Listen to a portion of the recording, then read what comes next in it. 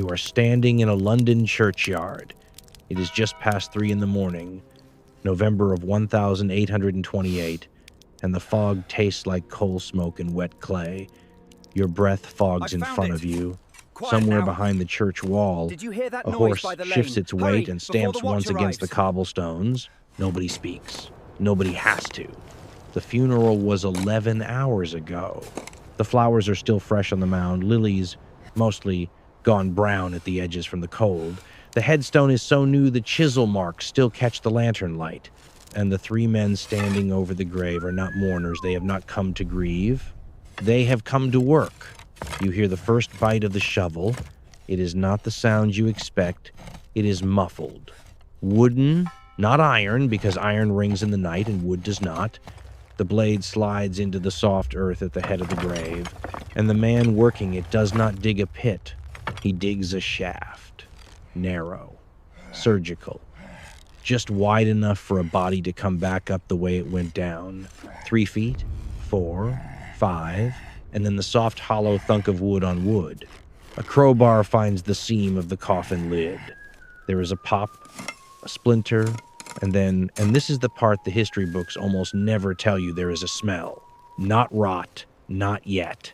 It is too soon for that. It is something sweeter, something closer to iron and lily petals in the inside of a sealed box that has held a human being for less than a day.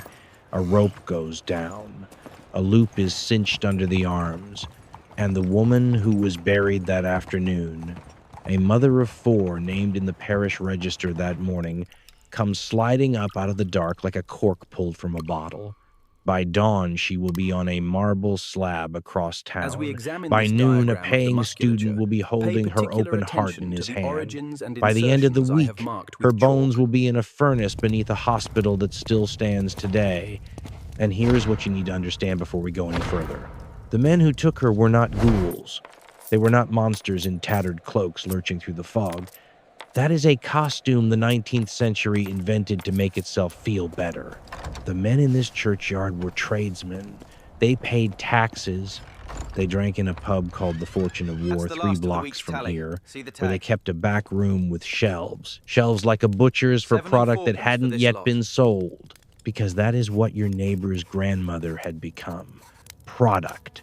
A fresh adult corpse in 1828 was worth more than a working man earned in 2 months.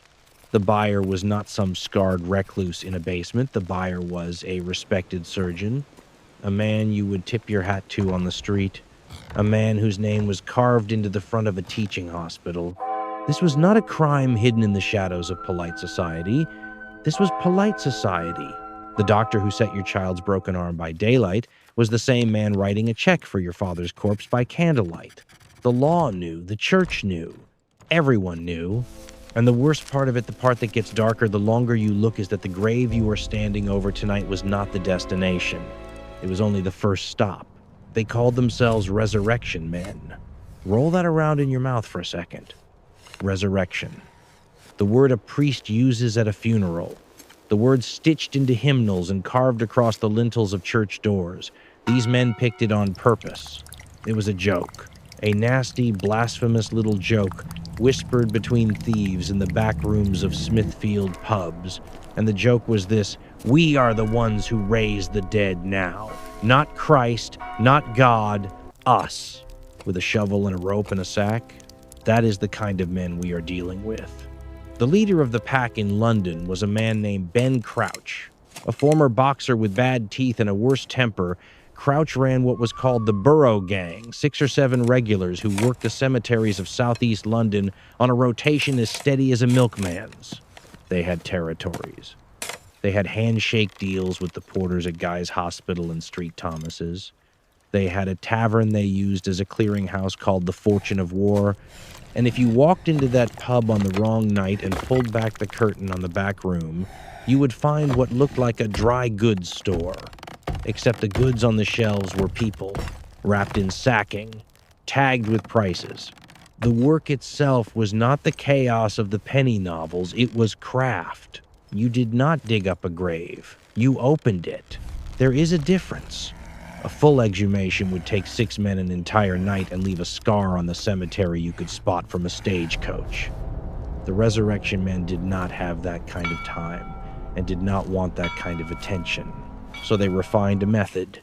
2 men with wooden shovels would work only the head of the grave. Wood because iron rings against stones in the dark. They would sink a narrow shaft, just barely wider than a man's shoulders, straight down to the top of the coffin.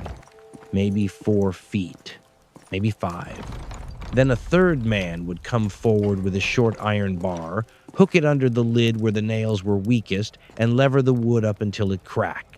The coffin did not need to be fully exposed, only the top quarter. They were not after furniture. They were after the cargo.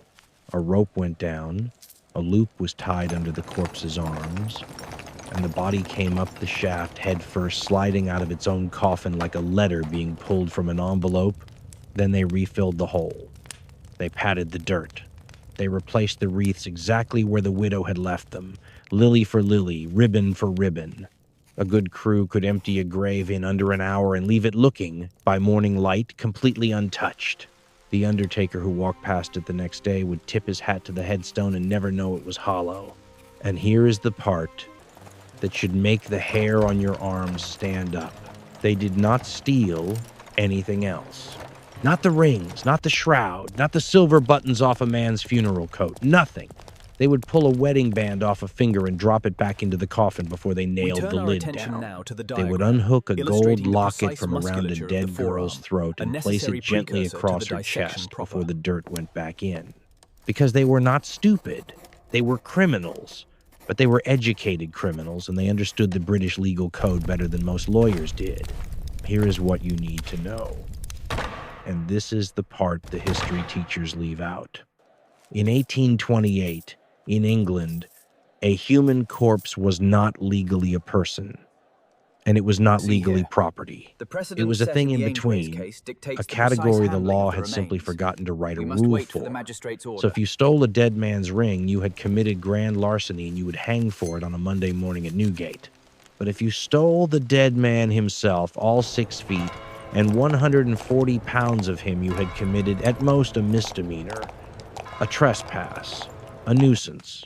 The penalty was a small fine, sometimes a few months in jail, almost never anything worse. Read that twice. The corpse was worth more on the open market than anything buried with it, and the law punished you less for taking it. The system was not just broken, it was inverted.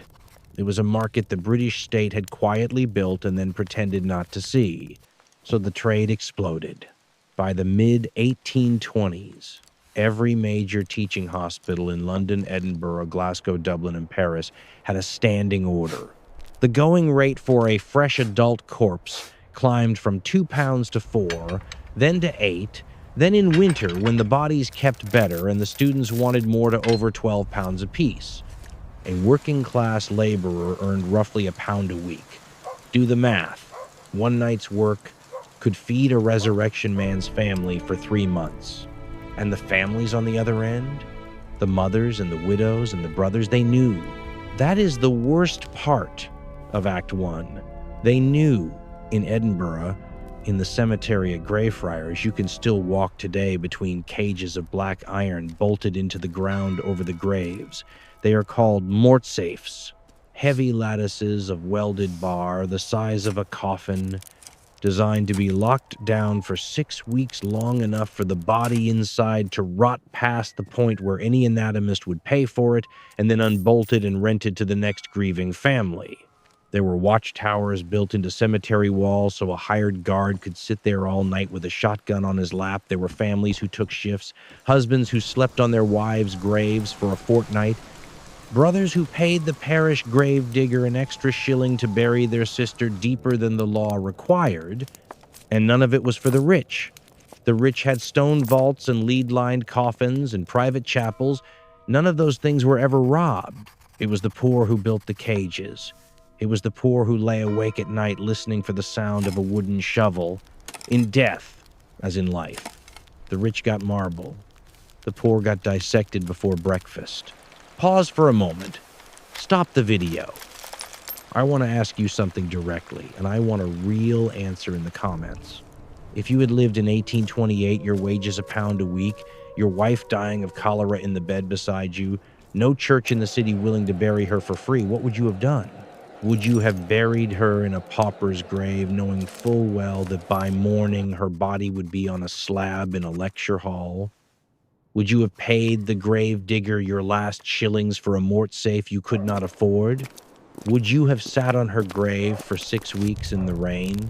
Or, and this is the question that haunts the historians, would you have taken the £8 yourself? Would you have sold her? Tell me in the comments, be honest. And while you're down there, hit the like button. The algorithm decides what real history reaches people, and right now the algorithm is starving. Because shoveling was slow, it was cold, it was dangerous, and the supply was unreliable. And by the autumn of 1827, 2 men in Edinburgh were sitting in a boarding house in the Westport slum, drinking gin, and starting to realize something that should never have been allowed to occur to a human being. Why dig at all when the living were so much fresher than the dead? The boarding house was a leaning, 4-story tenement on Tanner's Close, in the Westport slum of Edinburgh. The plaster on the walls was greasy with coal smoke. The hallway smelled like cabbage, gin, and unwashed men. The rent was 3p a night for a straw mattress on the floor, and the man who collected it was a wiry, scar-faced Irishman named William Hare. His drinking partner, a softer man, rounder, with a quick smile that women trusted, was named William Burke. In November of 1827, an old army pensioner named Donald died in one of Hare's upstairs rooms. He owed Hare £4 in back rent. The body was still warm when Hare went downstairs to find Burke, and the two of them, drunk on cheap whiskey and the kind of arithmetic that only happens at 2 a.m., made a decision. They pried the lid off the coffin the parish had provided. They lifted Donald's body out and hid it under the bed. They filled the coffin with bark from a nearby tanner's yard, nailed it shut, and watched the parish men carry it away to a pauper's grave the next morning. Then they wrapped Donald in a sack and walked across town to the back door of the most famous anatomist in Scotland. His name was Dr. Robert Knox. Knox was a star, a peacock in silk cravats who lectured to halls of 500 students at a time, the highest enrollment in Europe. He paid his porter to handle deliveries at the back gate of his anatomy theater at 10 Surgeon Square, no questions, no paperwork.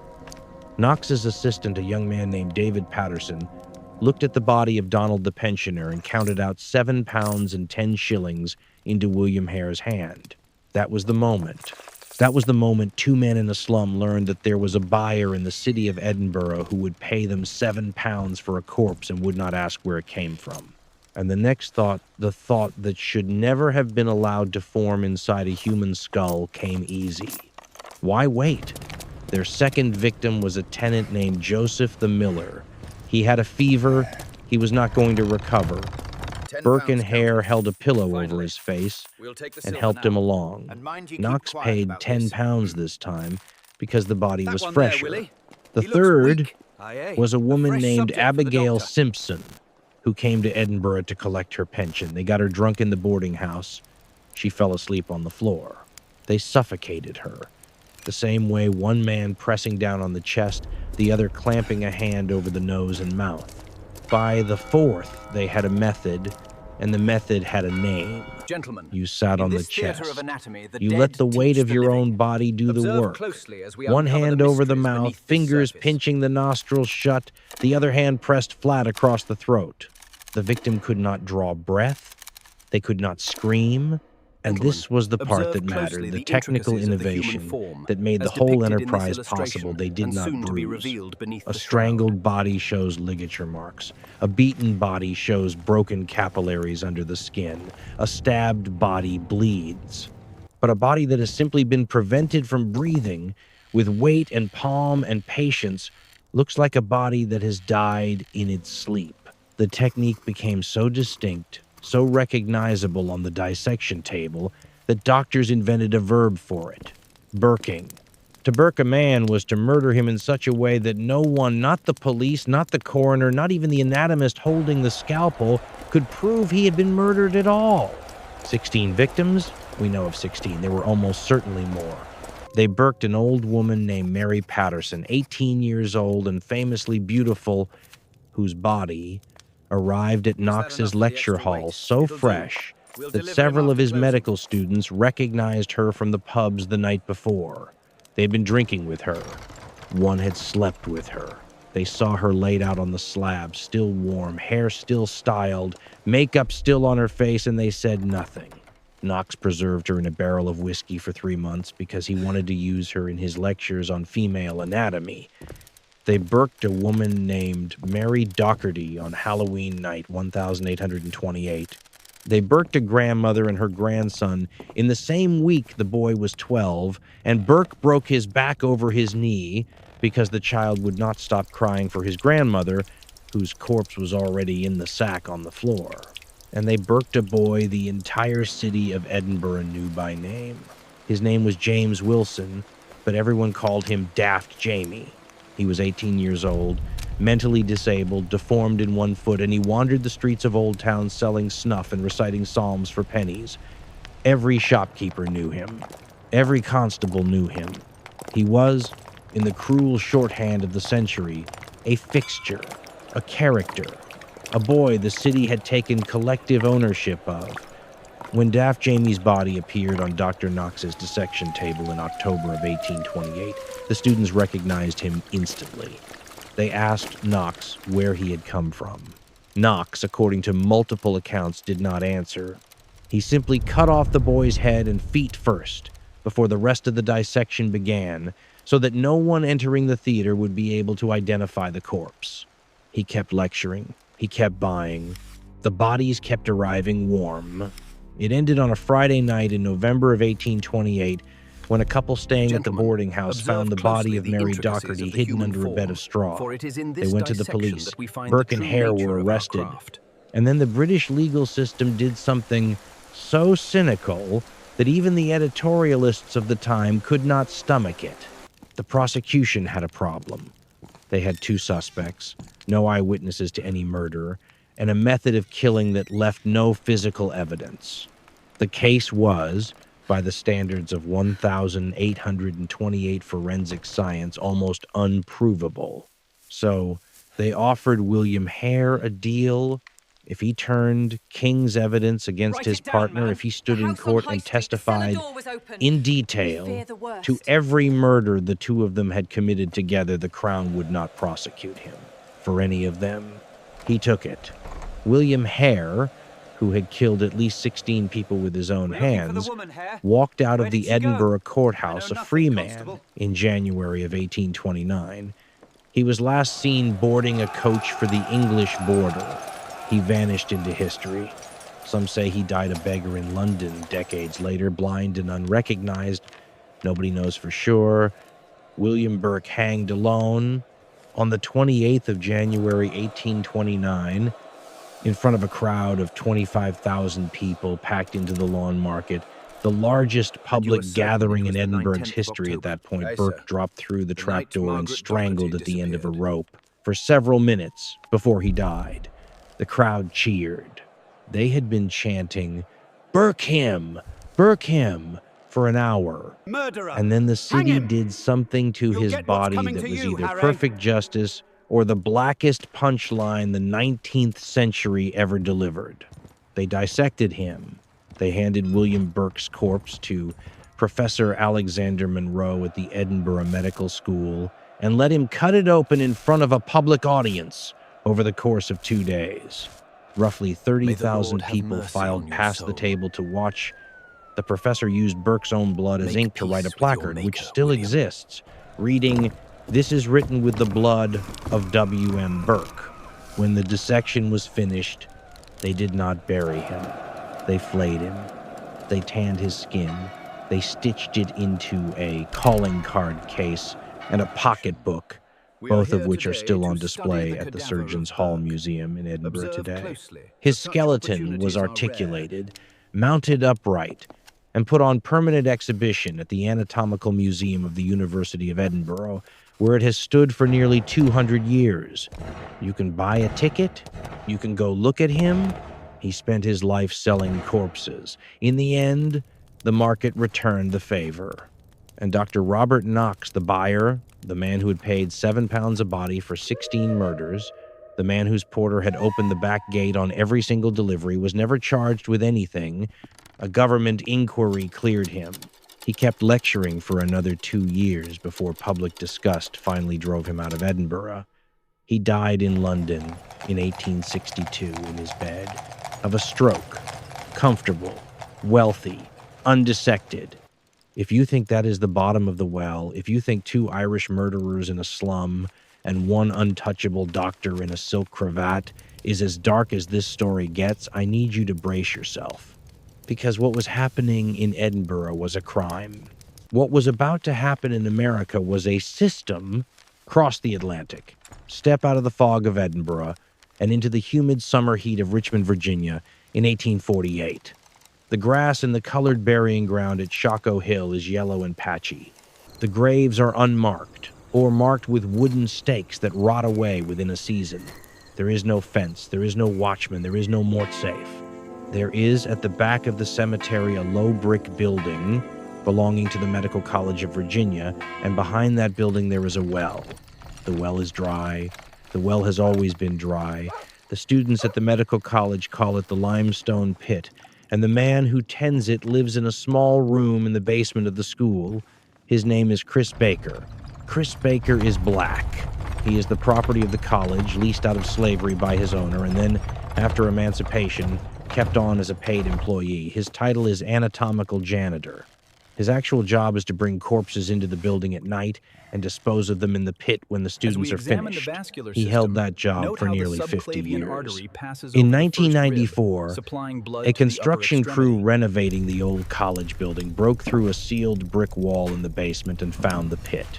It had been forgotten for almost a century. When archaeologists climbed down into it, they found the bones of at least 53 people. Skulls cracked open for brain examination, femurs sawed in half, pelvises labeled in faded ink. The overwhelming majority of the remains were African American. Many of them showed signs of trauma consistent with grave robbery, soil contamination, snapped vertebrae from being pulled headfirst out of coffins. This was not a secret operation. This was the basement of an accredited American medical school in the capital of Virginia, and the men who walked over that pit on their way to lecture every morning included the founders of modern American surgery. That is the part of the story you were not taught. The body-snatching trade in America did not look like Burke and Hare. It did not look like 2 drunk Irishmen in a slum boarding house making it up as they went along. It looked like a payroll. It looked like an institution. Every major medical school in the United States, Harvard, Yale, Penn, Columbia, Maryland, Virginia, the Medical College of Georgia in Augusta, the University of Nashville, every single one of them had a man like Chris Baker on staff, sometimes 2, sometimes a whole crew. And the bodies they brought in did not come from a cross-section of the population. They came from one place. In Augusta, Georgia, in 1989, another construction crew, this time renovating the old Medical College of Georgia building, found a similar pit beneath the basement. Nearly 10,000 bones and bone fragments. Roughly 75% of the identifiable remains were black. The man who had supplied them for 30 years was an enslaved African American named Grandison Harris. The college had purchased him at a slave auction in Charleston in 1852 specifically to rob graves. He was bought with school funds. He was given a key to the dissection room. He worked under cover of darkness in the Cedar Grove Cemetery, the colored burying ground, and he was sometimes paid in whiskey. Grandison Harris lived to be 95. After emancipation, he stayed on at the college. He had nowhere else to go and no other skill the world was willing to pay him for. In Baltimore, the medical school at the University of Maryland was robbing the Potter's Field at the edge of the city, so aggressively that the editor of a local black newspaper wrote, in 1882, that no black family in Baltimore could be confident their loved one would still be in the ground a week after the funeral. In Philadelphia, the same. In New York, the same. In Charleston, the same. And out in the streets, in the small wooden houses of the black neighborhoods of every American city south of the Mason-Dixon line, people began to talk about something they called the night doctors. Gentlemen, The night doctors if you direct traveled your in attention black to the curtained pulmonary carriages. system, They came will after note the effects sundown. of the They took consumption. children who walked home alone. They took drunks staggering out of saloons. They took the sick from charity hospitals before the bodies were cold. They cut you open in basements lit by gas lamps, and they used your insides for experiments no white man would ever volunteer for. Mothers in Atlanta and Memphis and New Orleans told their children, "For 100 years, do not walk by yourself after dark. The night doctors will get you." White historians for most of the 20th century dismissed all of it as folklore, superstition, the colorful, overactive imagination of an uneducated population. It was not folklore. It was a memory. The night doctors were real, their carriages were real, the pits beneath their hospitals were real, and the children of the people who saw those carriages roll past their porches grew up to tell their own children the same warning, and the warning curdled over 4 generations into a story that sounded too lurid to be history. But it was history. It is even now, still being dug up. And here is the part of Act 3 that should make you put down whatever you are drinking. In 1832, after the Burke and Hare scandal made body snatching a political emergency, the British Parliament passed something called the Anatomy Act. American states followed within 20 years. The newspapers of the time celebrated the laws as the end of the trade. They were not the end of the trade. They were the legalization of it. Here is what the Anatomy Acts actually did. They made it legal, fully, formally, no asterisk for medical schools to take possession of any human body that died in a workhouse, an almshouse, a public hospital, a prison, or an insane asylum, and whose family did not claim the body within 48 hours. If you were poor enough to die in a public institution, your body now belonged to the state. The state gave it to the surgeons. The surgeons no longer needed grave robbers because the law had cut out the middleman. And the families, the widows and the sons and the brothers, in most cases, they were never even notified. By the time a poor man's wife found out her husband had died at the workhouse, his body was already on a train to a teaching hospital. The trade did not stop. It became a paperwork problem. The horror moved from the cemetery, where at least the act of theft had to be hidden, into the daylight of city offices, where the act of theft was now stamped, filed, and approved. The poor and the black and the insane and the imprisoned became, by federal and state statute, a renewable resource. They didn't outlaw body snatching. They just removed the middleman. By 1900, the average American medical student would dissect somewhere between 2 and 4 bodies during the course of his education. Almost none of those bodies had been donated. Almost none of them had been claimed. Almost none of them had families who had ever been told. And somewhere in every one of those schools, there was a pit or a furnace or a sealed brick wall. Quick check, 15 seconds. If you have made it this far into the video, I want you to do one thing. Hit the like button. That is it, just the like button. We are about to descend into the part of this story that, frankly, most documentaries refuse to touch what actually happened to the bodies after the lecture ended, where those remains are right now, and why construction crews in American cities are still pulling human bones out of the foundations of buildings you have probably walked past. If you're still here, click like, then settle in, because the pit at Richmond, the pit at Augusta, those are not the worst of it. They are just the ones we have found. Here is what happened to the bodies. After the lecture ended, after the students washed their hands and went home to dinner, the remains did not go back to a cemetery. They were never going to. There was no name on them anymore. No family waiting. No plot. No headstone. So the medical schools did what every institution does when it has a problem. It does not want to write down on paper. They got rid of the evidence. Some were burned in coal furnaces in the basements. The ash went out with the rest of the school's garbage. Some were boiled down in copper kettles to clean the bones for teaching skeletons, and the broth, the rendered fat and gristle of human beings, was poured down city drains in Boston, in Baltimore, 42 centimeters. in New Orleans. Make sure the tag is secure. Some were simply Secured. dropped into Ready pits for the next dug quadrant. beneath the building before construction, sealed behind a brick wall, and forgotten by the next generation of doctors who walked above them every morning on their way to class. That is why the bones This mortar keep looks surfacing. consistent with the Augusta, 1830s construction. 1989, Which means this wall was Richmond, sealed shortly after. 1994, Philadelphia, 2019, beneath a hospital that is still operating today, New York, 2006. This When a stone sewer alignment crew on suggests First the Avenue original broke into a hospital forgotten footprint. anatomical can't pit trench here beneath the yet. old Bellevue Not Medical until we College document the whole and pulled feature. up the femurs of people who had died in the city poorhouse in 1854. The construction foreman in Philadelphia told a reporter on camera that his crew kept hitting what they thought were animal bones until an archaeologist looked at them and said, "Those are children. They are still coming up.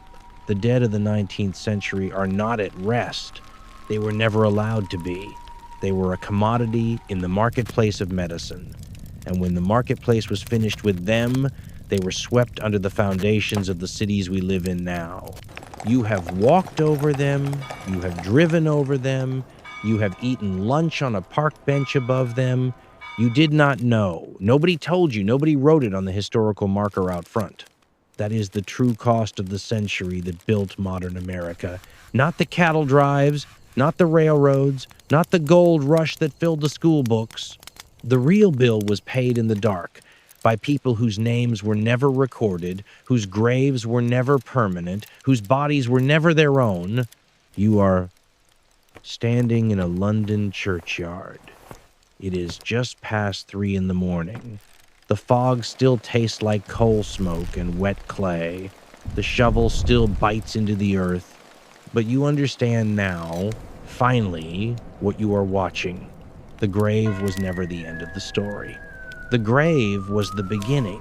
And somewhere beneath a hospital floor you may have walked across this week, beneath a parking lot, beneath a university lawn, beneath the foundation of a building with a brass plaque honoring the great physician who built it, they are still waiting to be claimed.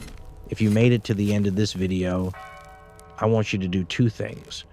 First, leave a single word in the comments, just one. Survived, because you did. You sat through a story most people would rather not know, and the algorithm needs to see that there are still viewers willing to look directly at history without flinching. Second, subscribe. The next episode of Grim Reality is already being written, and it is darker than this one. The dead have been waiting a long time to be heard.